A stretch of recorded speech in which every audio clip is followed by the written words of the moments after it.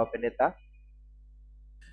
Tuhan, kami bersyukur, terima kasih Tuhan untuk siang hari ini. Di tengah-tengah situasi kehidupan yang seringkali membuat kami tidak nyaman, seringkali membuat kami bisa merasa takut, bisa merasa khawatir. Tetapi kami bersyukur ya Tuhan lewat pujian, penyembahan yang kami naikkan bersama-sama di dalam hadirat-Mu. Kami diingatkan kembali, kami disadarkan untuk kami tetap berharap kepada Tuhan. Karena kami percaya Tuhan yang mengasihi kami, Tuhan tidak pernah meninggalkan kami. Sekalipun kami harus melewati lembah kekelaman, seharusnya kami tidak takut bahaya karena Tuhan beserta dengan kami. Terima kasih Roh Kudus untuk kehadiran-Mu di tengah-tengah kami. Di dalam ruang Zoom ini sekalipun keadaannya sepertinya terbatas, tetapi kami percaya Engkau Allah yang tidak bisa dibatasi oleh ruang dan waktu. Terima kasih Roh Kudus, urapi hamba-Mu, urapi kami semua. Di dalam nama-Mu Tuhan Yesus Kristus kami berdoa dan mengucap syukur. Amin. Amin. Puji Tuhan, Shalom, selamat siang. Apakah teman-teman semua, Bapak Ibu mendengar suara saya? Kalau mendengar boleh ajukan jempolnya, jempol virtual juga boleh. Ya, kita masih ketemu secara online, ya. Tetapi Tuhan adalah Tuhan yang mengasihi kita. Kalau ikan di dalam kolam, bunga tumbuh di tengah taman, ya. Kalau kasih sudah begitu mendalam, ketemu lewat online, tetap aja berasa nyaman, ya. Puji Tuhan, puji Tuhan. Nah, teman-teman dikasih Tuhan, pada siang hari ini saya ingin berbagi kepada teman-teman semua ada satu topik, yaitu mengenai ini. Oke, saya coba share screen ya. Why do bad things happen to good people? Ya, kenapa hal yang buruk, ya, bahkan hal-hal yang buruk, yang banyak hal-hal yang gak enak, kok dialami sama orang yang hidupnya baik-baik aja gitu loh, ya, yang hidupnya oke-oke aja, yang hidupnya mengasihi Tuhan, mengasihi sesama, gitu. Kenapa bisa terjadi seperti itu, ya?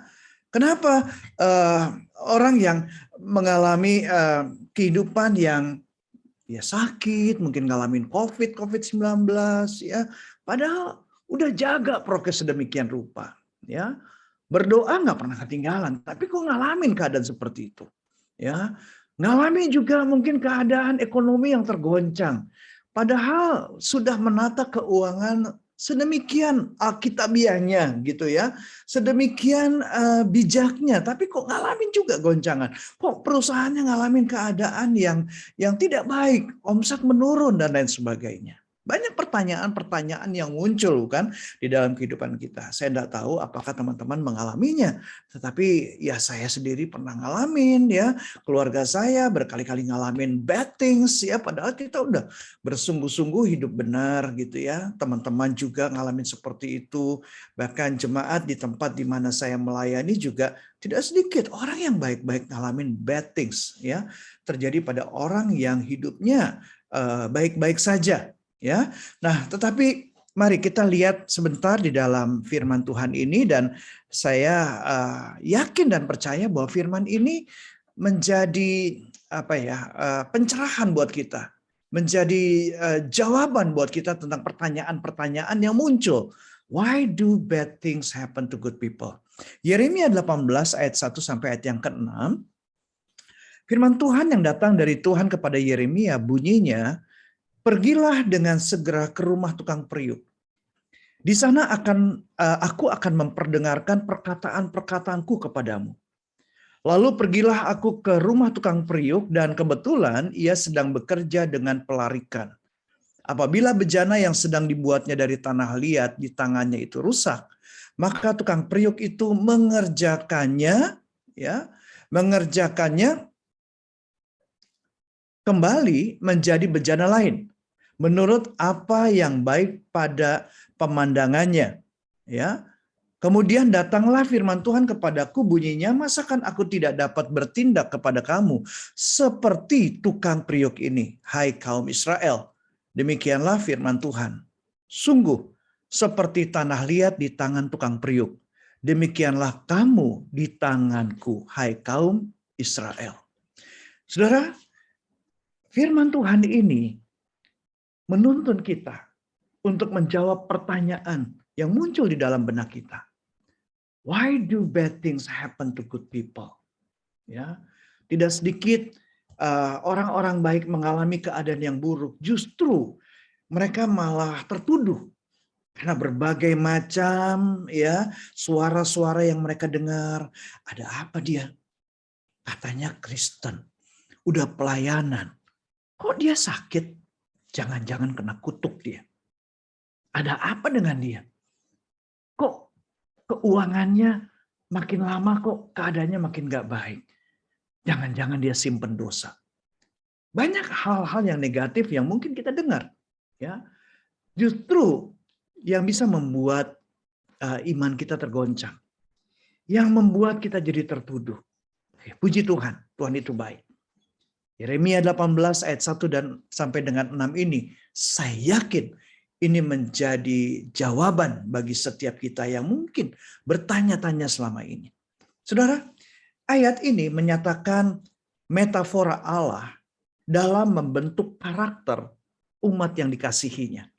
Ya, misalnya melalui keadaan-keadaan yang sulit, keadaan-keadaan yang tidak baik, ya, keadaan-keadaan yang buruk, ya, di mana Allah mengizinkan untuk umat pilihannya, umat kesayangannya, umat tebusannya mengalami. Ya, Tuhan izinkan karena Tuhan punya tujuan. Ya, jadi menjawab pertanyaan, why do bad things happen to good people? Ya, ada 3 hal yang perlu kita ketahui, teman-teman dikasih Tuhan. Ya, yang pertama adalah kenali Tuhan dengan benar. Ya, kenali Tuhan dengan benar. Rancangan Tuhan bukan rancangan kecelakaan, tapi rancangan damai sejahtera yang memberikan hari esok yang penuh dengan pengharapan. Ya, kemudian pelajari prosesnya. Saudara, Tuhan ingin setiap kita ya yang sudah dipulihkan, yang sudah mengalami kelahiran baru, Tuhan ingin kita memiliki karakter seperti Kristus. Imago Christi. Ya. Supaya apa? Supaya kita bisa mencapai tujuan yang Tuhan sediakan bagi kita, yaitu apa? Surga, teman-teman. Ya, kita hidup di dunia ini cuma sementara. Ya, udah selesai waktunya kita di dunia ini, maka kita dipanggil oleh Tuhan kemana? Ke dalam kekekalan, yaitu rumah Bapa di surga. Ya, jadi kenali Tuhan dengan benar. Tuhan nggak pernah merancangkan rancangan kecelakaan. Tuhan bukan Tuhan yang sadis, Tuhan yang jahat, enggak. Tapi Tuhan mau membentuk kita, makanya kenali, pelajari prosesnya. Nah, kalau kita tidak tertanam di dalam gereja, kita tidak dimuridkan, kita tidak berkomunitas seperti di PD Ribka ini, adalah komunitas orang-orang yang cinta Tuhan. Orang-orang yang mau bertumbuh di dalam Kristus. Kita nggak ngerti prosesnya, teman-teman. Ya, kalau kita tidak dimuridkan, kita tidak belajar firman Tuhan, kita bisa salah mengerti tentang Tuhan. Ya. Nah, tetapi apa yang menjadi ending, yang menjadi tujuan akhir dari proses ini, yaitu surga. Makanya ketahui tujuannya, yaitu surga. Ya. Jadi kalau kita tidak salah mengerti sama Tuhan, ya, kita nggak marah sama Tuhan, dan kita tidak membenci orang-orang yang melukai kita, orang-orang yang mengecewakan kita karena kejadian-kejadian buruk yang kita alami, maka hidup kita akan penuh dengan sukacita. Amin. Dan saudara, kalau kita melihat tokoh-tokoh di Alkitab, ya, siapa? Misalnya Ayub. Ayub orang yang saleh dikatakan, hidupnya kudus, jujur, takut akan Tuhan. Tapi dia yang memiliki harta yang luar biasa, ternaknya banyak, ya. Dia punya pengawas-pengawas ternaknya, orang-orang yang bekerja sama dia itu banyak, ya. Dia juga punya anak-anak yang cantik, yang baik-baik pada waktu itu. Ya, maksudnya kondisinya, ya. Tetapi satu hari Tuhan izinkan dia mengalami ternaknya mati. Pengawas-pengawas ternaknya mati. Anaknya pun juga mati. Keadaan yang buruk. Bad things happen sama Ayub. Ayub mengalami seperti itu. Siapa lagi? Yusuf. Yusuf yang hidupnya kudus. Tapi dia dijual jadi budak. Ya, difitnah, masuk penjara. Dia ngalamin bad things. Gitu. Siapa lagi? Ya, Naomi. Naomi yang dikenal tekun dalam iman. Ya, dia pindah tempat tinggalnya, suaminya mati, anak laki-lakinya mati.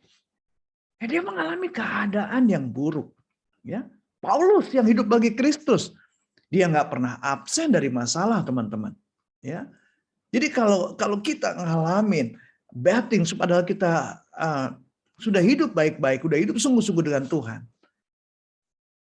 Jangan berkecil hati. Bukan hanya kita kok. Tokoh-tokoh Alkitab itu pun juga ngalamin seperti itu. Nah, jadi kalau kita mengenal Tuhan dengan benar dan mengetahui bagaimana Tuhan membentuk karakter kita, menguatkan iman kita untuk menjadi sesuatu yang hal itu penting, maka kita siap menjalani prosesnya dengan benar. Karena kita tahu tujuannya adalah rumah Bapa. Setuju nggak? Yang setuju boleh kasih emotikon hatinya dong. Yang setuju, ya.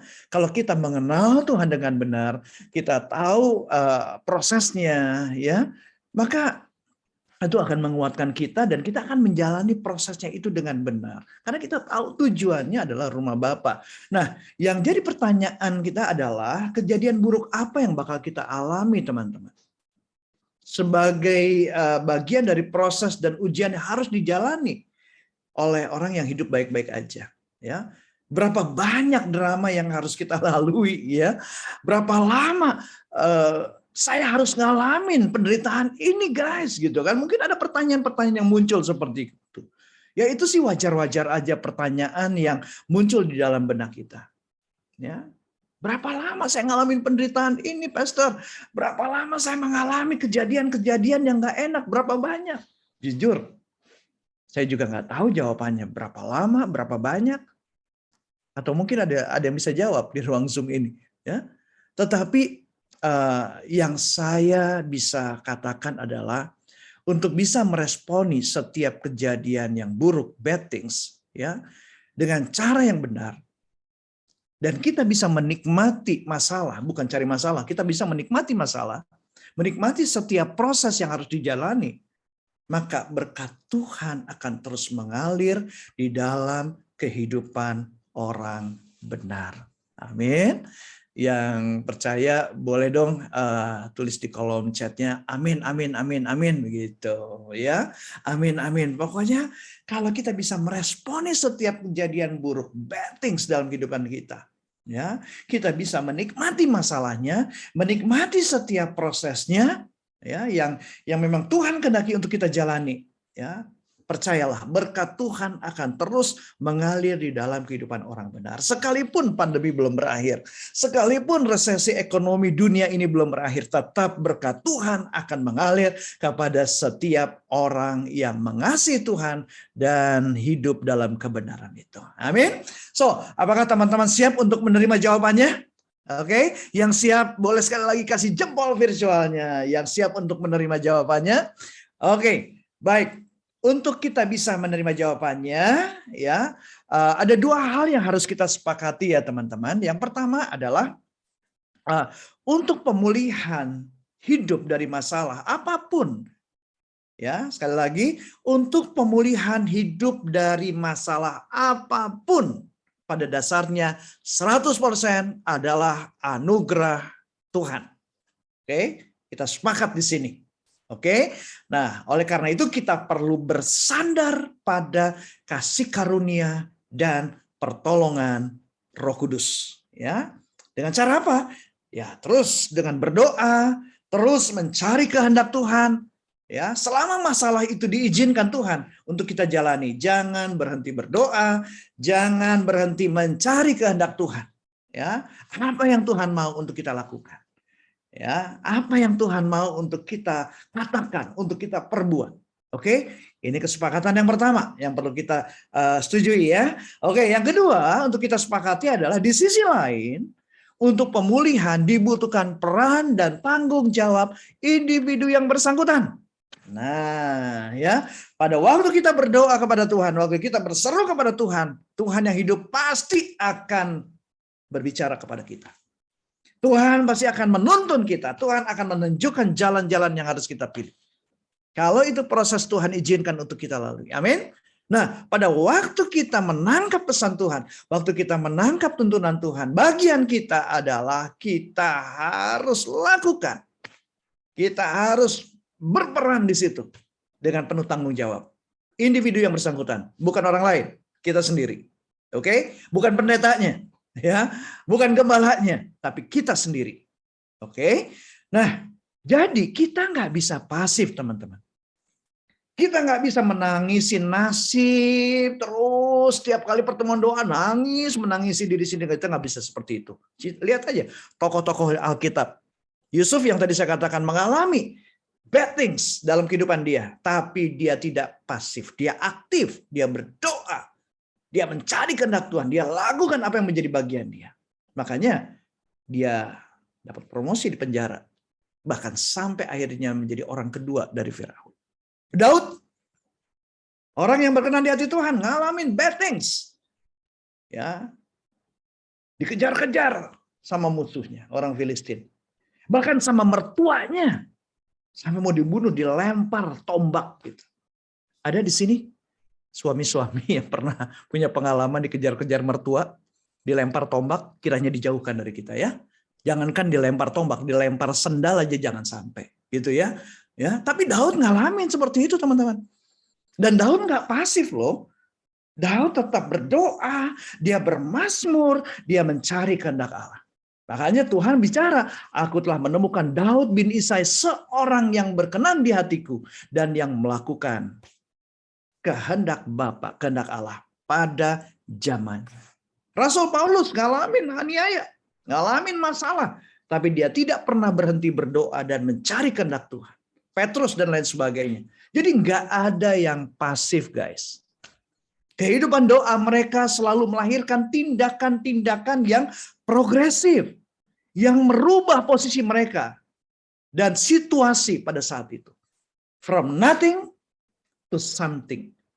From moment to movement. Ya.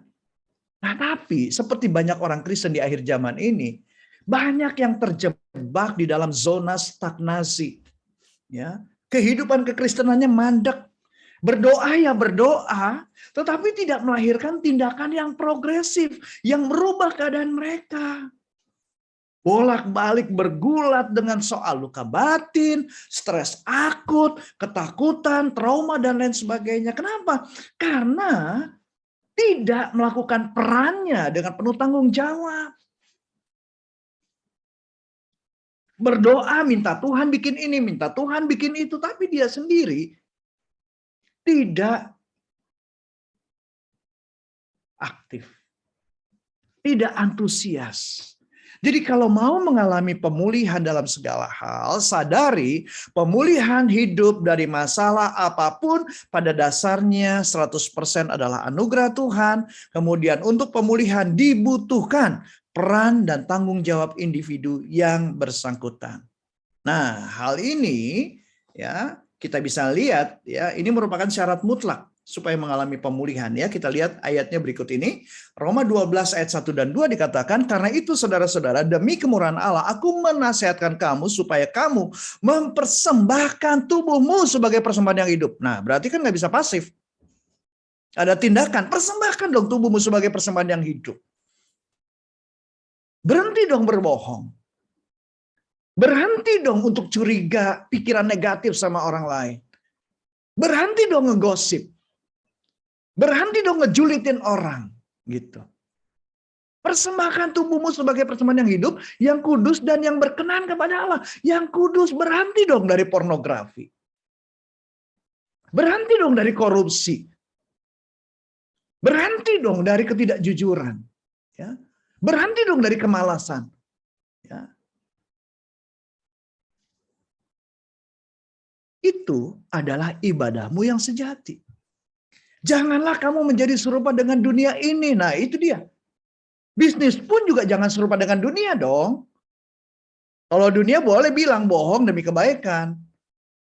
Janganlah kamu menjadi serupa dengan dunia ini. Tetapi apa? Berubahlah oleh pembaruan budimu. Berarti tidak bisa pasif. Harus aktif, berubah pembaruan budimu dengan apa? Belajar.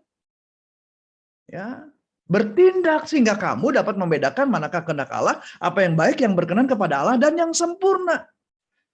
Nah, poin yang saya mau sampaikan begini teman-teman. Kekudusan hidup dan perubahan pola pikir adalah syarat mutlak. Nah, ini dia, syarat mutlak. Untuk kita memiliki atau mengalami pemulihan hidup di dalam segala aspeknya. Kekudusan hidup dan perubahan pola pikir. Ya, seperti kita mau keluar negeri guys. Untuk kita bisa naik pesawat, dibutuhkan apa? Tiket dan paspor. Itu adalah syarat mutlak, betul kan? Ya, dimana kamu nggak bisa pinjem punya orang. Kak Imelda pinjem dong tiketnya, pinjem dong paspornya, saya mau keluar negeri gitu kan. Kak Imelda yang perempuan, saya laki pinjem paspornya Kak Imelda. Nggak mungkin juga dong gitu. Walaupun Kak Imelda mau nolong saya, tapi nggak mungkin kasih paspornya. Lu gila aja mon, bilang gitu kan. Lu kasih paspor gue kasih paspor buat lu gitu kan. Gimana bisa ke Amrik gitu kan. Walaupun kita punya uang banyak gitu kan untuk sampai ke Amerika, tapi kalau paspornya nggak ada, nggak bisa berangkat. Demikian juga kekudusan dan pola pikir nggak bisa dipinjam, melainkan harus dimiliki dan dihidupi. Ya. Beli tiket bisa nyicil, tapi pada akhirnya harus dilunasin kan gitu. Kalau enggak puyeng kan, kena lilitan bunga kredit card gitu. Apalagi kalau beli tiketnya pakai pinjaman ojol lagi gitu kan. Belajar untuk merubah pola pikir bisa nyicil, ya. Tapi harus dilunasin. Tapi bikin paspor nggak bisa dicicil guys. Bulan ini isi form, bulan depan baru bisa kirim fotonya, dan 2 bulan lagi kemudian cap sidik jari, padahal kamu harus ke Bangkoknya bulan depan, kan nggak bisa. Gitu. Kekudusan itu seperti punya paspor. Nggak ada paspor, nggak bisa keluar negeri. Tanpa kekudusan, nggak bisa intim sama Tuhan, itu aja. Sampai di sini teman-teman bisa mengerti maksud saya? Yang bisa mengerti maksud saya boleh berikan jempol virtualnya. Oke, puji Tuhan ya. Nah, oleh karena itu teman-teman ada 6 jalan masuk agar bisa meresponi setiap masalah dan kita bisa menikmati ya, embracing problem. Kita bisa menikmati masalah yang Tuhan izinkan, bukan cari masalah loh sekali lagi ya. Kita bisa menikmati masalah yang Tuhan izinkan sehingga berkat-berkat Tuhan terus mengalir dan tak tertahankan. Oke. Apa itu? Ini dia kuncinya, mantap. Mantap ini adalah singkatan ya. Kalau kita bicara mantap berarti kan udah wah keren banget, asik banget gitu kan, mantap, udah pasti. Baguslah, tapi mantap yang maksudnya di sini adalah M-nya masalah adalah alat kasihnya. Ini perubahan pola pikir kok teman-teman. Masalah yang Tuhan izinkan itu adalah alat kasihnya Tuhan. Nanti saya jelaskan. A-nya ayo kuatkan hati, N-nya nikmati masalah, T-nya tetap jadi pembelajar, A-nya ayunkan bandul kehidupan, P pegang janji Tuhan. Mantap. Oke, kita lihat satu persatu ya. Oke, masalah adalah alat kasihnya. Teman-teman, masalah dan penderitaan itu menjadi alat kasih karunia Tuhan untuk mendidik kita. Supaya apa? Supaya kita tetap bergantung kepada Tuhan dan mengandalkan Dia. Teman-teman, sadar tanpa sadar ya, sehari-hari itu kita bisa menyadarkan diri pada berkat-berkat dan pemberian Tuhan. Benar nggak? Bukan kepada Tuhannya, pada berkatnya. Sadar apa enggak keseharian kita? Waktu kita diberkati, bukan bergantung kepada pemberi berkat, tapi pada berkatnya. Tuhan kadang tidak menjawab doa kita. Bisa aja Tuhan begitu. Padahal dia bisa mengadakan banyak mujizat. Seperti Musa membelah Laut Merah, bisa. Tuhan bisa bikin gitu. Tapi Tuhan lebih ingin memberikan kehadirannya dalam penderitaan kita. Supaya apa? Supaya kita itu bertumbuh di dalam Dia. Kalau setiap kali ada masalah, langsung mujizat yang dahsyat. Seperti Tuhan membelah Laut Tebal. Seperti bangsa Israel kan. Gampang lupain Tuhan. Ya. Nah, oleh karena itu kita perlu ketahui bahwa banyak orang percaya, mungkin termasuk kita, itu seperti orang Israel. Setelah masalahnya selesai, ya, kita langsung lupa deh sama Tuhan. Ya lupa bersyukur. Seperti kisah 10 orang kusta ya dalam Injil Lukas itu. Nah, Daud dia memerintahkan jiwanya. Mazmur 103 ayat 2. Pujilah Tuhan hai jiwaku dan janganlah lupakan segala kebaikannya. Jadi teman-teman, setelah masalah selesai, jangan lupakan kebaikan Tuhan. Amin. Ya. Karena dengan selalu mengingat kebaikan Tuhan, itu akan membuat mata rohani kita selalu terang, sekalipun dalam gelapnya dunia. Amin. Ya. Nah, itu yang membuat kita akan semakin mengenal Tuhan dan menyatu dengan Tuhan. Berkat-berkat Tuhan akan mengalir dan tak tertahankan. Ya. Jadi rubah paradigma kita bahwa masalah itu adalah alat kasih-Nya Tuhan. Ya. Tuhan lebih suka untuk dia hadir di tengah-tengah penderitaan kita daripada cepat-cepat dia melakukan mujizatnya, cepat-cepat mengangkat masalah kita, ya, sehingga kita bisa cepat juga melupakan dia. Oke. Kemudian yang berikutnya adalah ya. Jadi it's okay to feel sad, it's okay to feel nervous, ya. Oke, ya. Yang berikutnya adalah ayo kuatkan hati, ya. Di mana masalah itu adalah bagian ujian iman, teman-teman. Kesulitan hidup kita akan ada akhirnya kok. Ya, akan ada akhirnya. Seperti waktu kita kuliah kan, ada ujian, tapi kan nggak sepanjang tahun itu ujian terus kan enggak, kan ada akhirnya, ya. Nah, kita bisa mulai dengan berdoa misalnya, Tuhan, aku menguatkan hati, ya, menjalani masalah ini sampai Tuhan menyelesaikan bagiku. Nah, gitu ya. Jadi kita bisa mulai doakan gitu, Tuhan, aku menguatkan hati, ya. Doa kita yang lama mungkin Tuhan tolong aku, Tuhan buat mujizat, gitu kan. Tapi sekarang enggak. Tuhan, aku menguatkan hatiku. Atau yang dulu doanya gini, Tuhan kuatkan aku, gitu kan. Mintanya Tuhan nguatin kita, tapi sekarang kita ambil keputusan, Tuhan, aku menguatkan hatiku. Jadi teman-teman bisa memodifikasi kalimat doa-doa itu. Tuhan, sekalipun ada kesulitan ekonomi selama pandemi, aku akan tetap bersemangat dalam kerja dan melayani. Sekalipun pacarku diambil orang, aku akan mencari peluang untuk merebutnya kembali. Mari Bung, rebut kembali. Emangnya halo-halo Bandung kan? Enggak gitu kan? Ya, sekalipun pacarku diambil orang, aku percaya yang berikutnya Tuhan berikan yang lebih baik. Nah, gitu kan? Polpen tinta, polpen biasa. Putus cinta itu soal biasa. Yesus pecinta itu yang luar biasa. Gitu ya. Jadi ingat ya teman-teman, masalah adalah bagian ujian iman. Ya, kesulitan hidup itu akan ada akhirnya kok. Pasti akan akhirnya. Percayalah. Ya, Habakuk juga dia menguatkan hatinya yang baik, ya, dari masalah yang datang mengancam. Ya, dia menguatkan hatinya. Habakuk bilang begini, meskipun pohon ara tak ada buahnya dan pohon anggur gak ada anggurnya, biarpun panen zaitun menemui kegagalan dan hasil gandum di ladang mengecewakan, walaupun domba-domba mati semua dan kandang ternak tiada isinya, aku akan gembira selalu sebab Engkau Tuhan Allah penyelamatku. Dia menguatkan hatinya. Gitu, ya. Jadi kuatkan hati kita masing-masing. Menguatkan hati membuat kita bisa menikmati proses dan berkat-berkat Tuhan akan turun, mengalir, dan tidak tertahankan. Amin. Nah, berikutnya adalah nikmati masalahnya. Ya, N-nya adalah ketika masalah tidak kunjung selesai, maka yang perlu kita lakukan adalah menikmatinya. Nggak ada pilihan lain, teman-teman. Fokus kita saat menjalani masalah bukanlah pemulihan atau perubahan situasi. Rubah fokusnya, ya. Karena ini kan yang sering kita lama mendoakan dan menggumulinya, kita fokus kepada masalah pemulihan. Mau nggak kita rubah fokusnya, guys? Ya.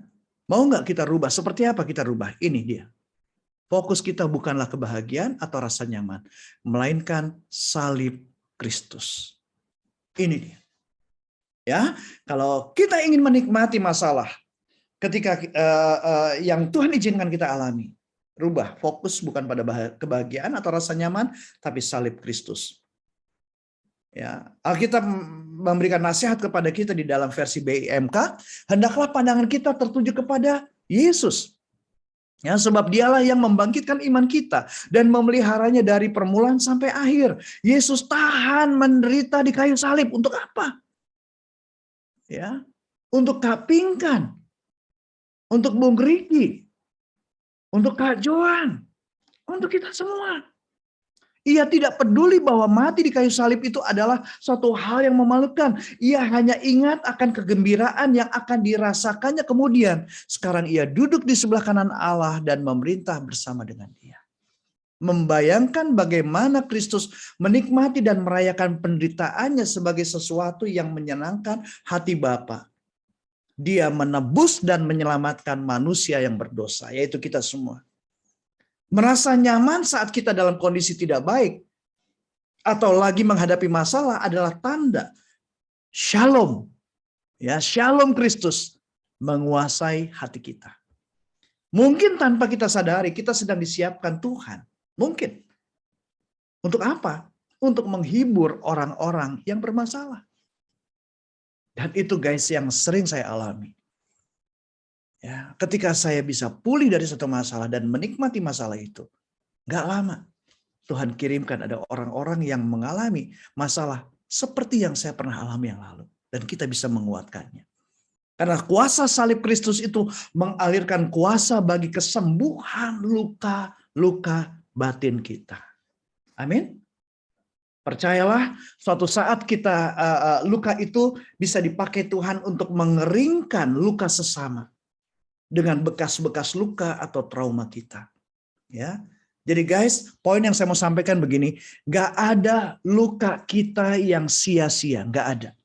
Semua bisa dipakai Tuhan kelak untuk menolong orang lain. Ada satu sikap batin yang bagus. Dan itu saya katakan itu seperti apa ya, self-talk yang bisa kita tiru di dalam Mazmur 23. Ini Daud. Dia bilang begini, meskipun aku melalui lembah yang gelap, aku tidak takut bahaya. Sebab engkau menemani aku, engkau melindungi aku seperti seorang gembala, melindungi dombanya dengan tongkat dan gada. Ini di versi BMK. Jadi gak ada yang sia-sia, luka yang Tuhan izinkan untuk kita alami teman-teman.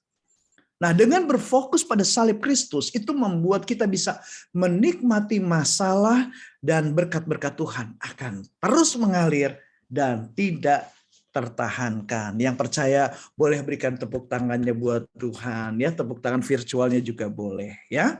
Oke, berikutnya adalah tetap jadi pembelajar. Pembelajar adalah orang yang belajar dan melakukan yang dipelajari. Menghadapi masalah sangat penting untuk kita mempersiapkan diri. Amin. Persiapkan diri. Nah, siapa yang punya kesiapan mental menghadapi kemungkinan-kemungkinan yang terburuk itu akan jauh lebih ringan. Kalau kita bisa mempersiapkan diri, itu akan jauh lebih ringan, teman-teman. Ketakutan menjalani masalah ialah karena kita tidak siap secara mental, bukan? Nah, persiapan ini sangat dibantu pengetahuan yang baik dan utuh. Contoh, konsep tentang Tuhan dan doktrin yang salah membuat mental kita akan rapuh. Terutama konsep tentang teologi kemakmuran yang mengajarkan melulu tentang berkat. Kita bisa belajar sekali lagi dari Nabi Habakuk. Dia justru menantang masalah. Dia selalu siap sedia. Habakuk berkata begini. Dia bilang, di dalam Habakuk 3 ayat 16, ketika aku mendengarnya, gemetarlah hatiku. Mendengar bunyinya, menggigillah bibirku, tulang-tulangku seakan-akan kemasukan sengal, dan aku gemetar di tempat aku berdiri. Namun dengan tenang akan kunantikan hari kesusahan yang akan mendatangi bangsa yang bergerombol menyerang kami. Nah, dia justru menantang kesusahan itu. Dia menantikan dengan menyiapkan mentalnya dia. Nah, pertanyaannya di sini, siapakah di sini yang pernah dikecewakan oleh seseorang? Ada nggak yang pernah dikecewakan? Coba raise hand-nya boleh. Saya pernah, ya, yang pernah dikecewakan orang. Guys, gini, perasaan kecewa akan terasa menyakitkan karena adanya apa? Ambivalensi atau perasaan mendua pada orang yang mengecewakan kita, bukan? Satu sisi kita mengasihi orang yang melakukannya. Tapi di sisi lain kita kecewa atas perbuatannya. Ini seringkali kami temukan di dalam sesi-sesi konseling pernikahan. Di satu sisi dia sayang banget sama pasangannya, tapi di sisi lain dia kecewa karena pasangannya mengecewakan dia. Nah, rasa kecewa itu akan semakin berat, teman-teman. Karena apa? Karena kita tidak mempersiapkan diri, kita tidak mempersiapkan mental kita untuk dikecewakan, betul nggak? Kita terlalu percaya dan tidak mengantisipasi bahwa orang tersebut bisa loh melukai kita. Ya, selain itu, kita cenderung ingin menyalahkan orang tersebut kan? Kita lupa bahwa kita pun juga punya andil dalam kejadian tersebut. Ya, itu tadi misalnya terlalu percaya, tidak berhati-hati dan lain sebagainya. Itu juga yang membuat keadaan itu semakin menyiksa kita. Nah, menjadi pembelajar dan mempersiapkan mental membuat kita bisa meresponi masalah dan proses dengan benar, dan berkat-berkat Tuhan akan terus mengalir dan tidak tertahankan. Amin. Ya. Siapa yang mau terus belajar boleh lambaikan tangan saudara, ya. Sulawesi Utara penghasil pala. Ada cengkeh torang bagi rata, penuh ilmu tapi kepala. Hidup pasti nyanda gelap gulita. Amin. Oke, selanjutnya adalah ayunkan bandul kehidupan. Ya, ayunkan bandul kehidupan. Ya, hidup itu seperti bermain ayunan, teman-teman. Selama seimbang itu asik banget. Ya, asik banget, betul ya.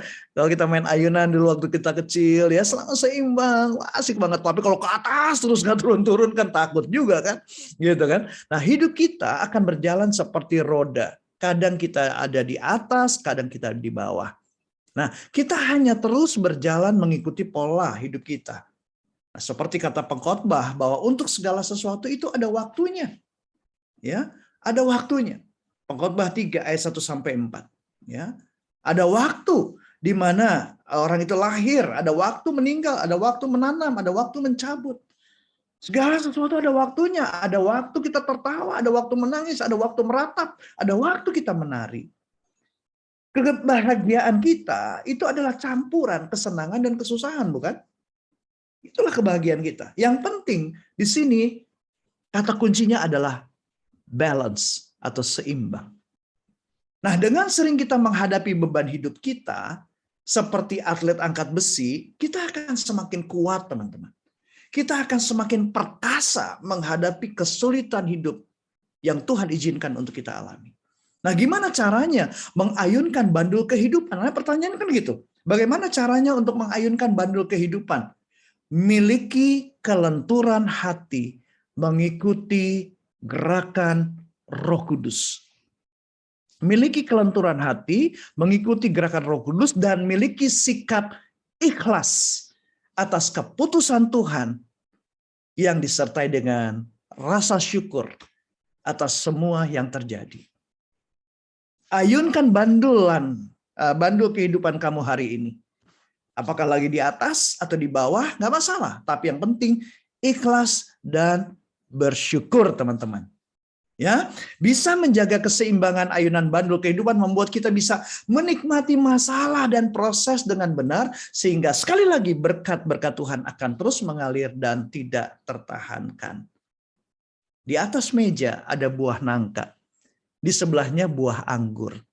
Saat mata masih terbuka, dapat masalah, ya banyaklah mengucap syukur. Amin. Ya. Nah, terakhir dari mantap adalah pegang janji Tuhan. Tuhan tidak menjanjikan kita bebas dari masalah loh. Tapi Tuhan berjanji akan menyertai kita dalam menghadapi masalah.